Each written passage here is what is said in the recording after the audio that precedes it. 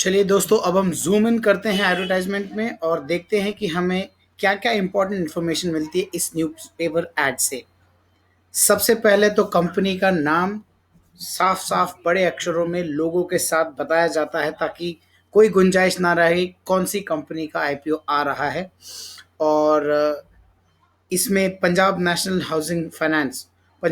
Bank का housing finance की जो कंपनी है, उसका आईपीओ का हमने एग्ज़ाम्पल लिया है, तो नाम काफ़ी क्लियरली लिखा हुआ है। उसके बाद आता है इस कंपनी के प्रमोटर्स कौन है।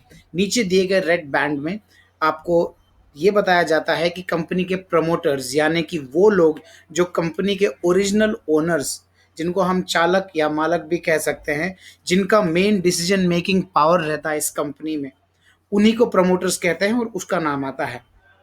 और क्योंकि Punjab housing finance limited is Punjab national bank का हाउसिंग फाइनेंस का पार्ट, आपको पंजाब नेशनल बैंक ही इसका प्रमोटर दिखाई दे रहा है।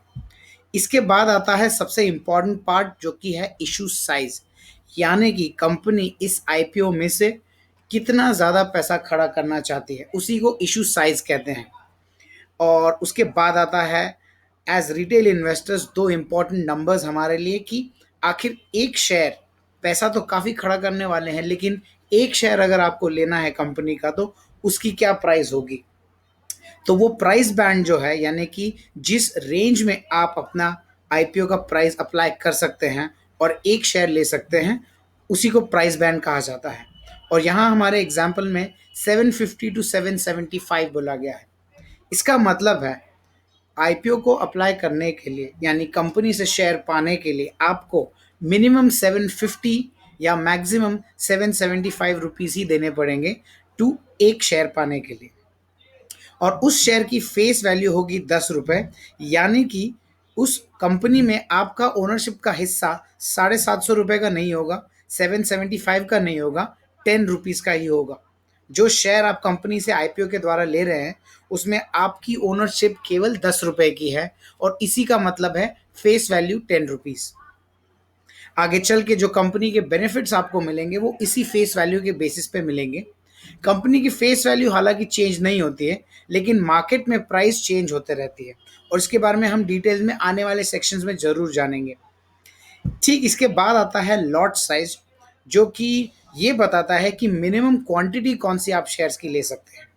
सीधी सी बात है, क्योंकि आईपीओ में आप कंपनी से डायरेक्टली शेयर ले रहे हैं और स्टॉक मार्केट से नहीं, तो आपको बल्क में ऑर्डर देना पड़ेगा ताकि बल्क में ही आपको अलॉटमेंट हो सके। और इस बल्क ऑर्डर का मिनिमम क्वांटिटी जो होता है, उसी को हम लॉट साइज कहते हैं।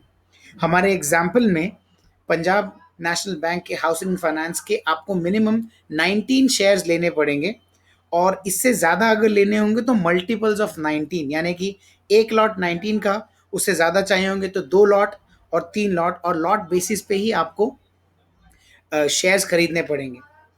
अच्छा, इसके बाद एक और चीज़ आती है जो कि मिडिल सेक्शन में आपको दिखाई देती है कि इशू का पीरियड क्या है, या बिड का पीरियड। बिडिंग यानी कि जो बोली लगती है या जो एप्लीकेशंस जाते हैं, उसी को बिड कहते हैं या बिड टाइमिंग कहते हैं। और उसका आज देखिए टाइमिंग दिया हुआ है उन्होंने, ओपन टुडे। इसका मतलब है उस जिस दिन न्यूज़पेपर में ऐड आया था उसी दिन कंपनी का इशू ओपन था। और इशू क्लोज डेट उन्होंने दी हुई है 27 अक्टूबर 2016, यानी कि ठीक 3 दिन बाद इशू क्लोज आ जाएगा। आईपीओ को अप्लाई करते वक्त ये ध्यान में रखिए कि आईपीओ केवल 3 दिन तक ही आपको एप्लीकेशन के लिए ओपन होता है।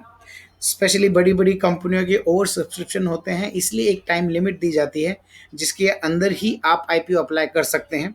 अगर आपका ये इशू पीरियड और बिडिंग पीरियड मिस हो जाता है तो आप ये शेयर केवल स्टॉक मार्केट से खरीद सकते हैं। इसीलिए आईपीओ को हम प्राइमरी मार्केट भी कहते हैं, और केवल लिमिटेड पीरियड के लिए, जैसे अलग अलग ऑफर्स आते हैं मार्केट में, आपके हिंदुस्तान लीवर से लेकर लक्स साबुन के लिमिटेड पीरियड ऑफर दिखाई देते हैं, वैसे ही किसी कंपनी के शेयर्स का भी इशू पीरियड या फिर आईपीओ का पब्लिक ऑफर केवल 3 दिन लिमिटेड टाइम के लिए आपको मिलता है। और वही डिटेल आपको एडवर्टाइजमेंट में साफ नजर आते हैं। और आखिर में इसके नीचे आता है BRLMS। जी हाँ, काफ़ी भारी भरकम शॉर्ट फॉर्म है। इसका मतलब है बुक रनिंग लीड मैनेजर्स, लेकिन सीधी भाषा में ये वो इन्वेस्टमेंट बैंकर्स हैं या वो बैंक्स हैं जिन्होंने इस आईपीओ को मार्केट में लाने के लिए आसान काम किया है, कंपनी को हेल्प किया है आईपीओ को मार्केट में बेचने के लिए। सो ये वो इन्वेस्टमेंट बैंकर्स हैं या ये वो बैंक्स हैं जिनके थ्रू आप ये आईपीओ प्रोसेस कर रहे हैं। और इससे ये भी पता चलता है कि किस टाइप के बैंक्स इन्वॉल्व हैं, और इन इन बैंकों के ट्रैक रिकॉर्ड देख के भी आप आईपीओ के बारे में ज़्यादा जानकारी जान सकते हैं।